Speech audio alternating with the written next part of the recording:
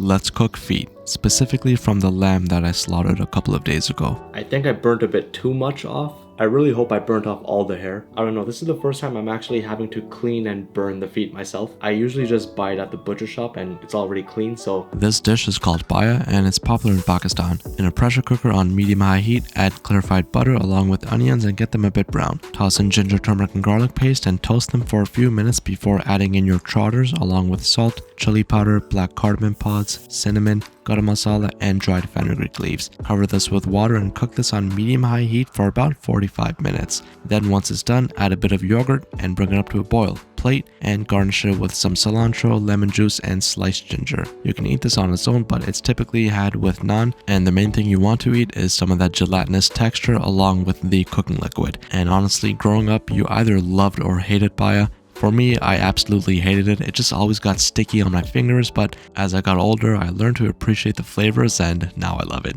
I hope you enjoy.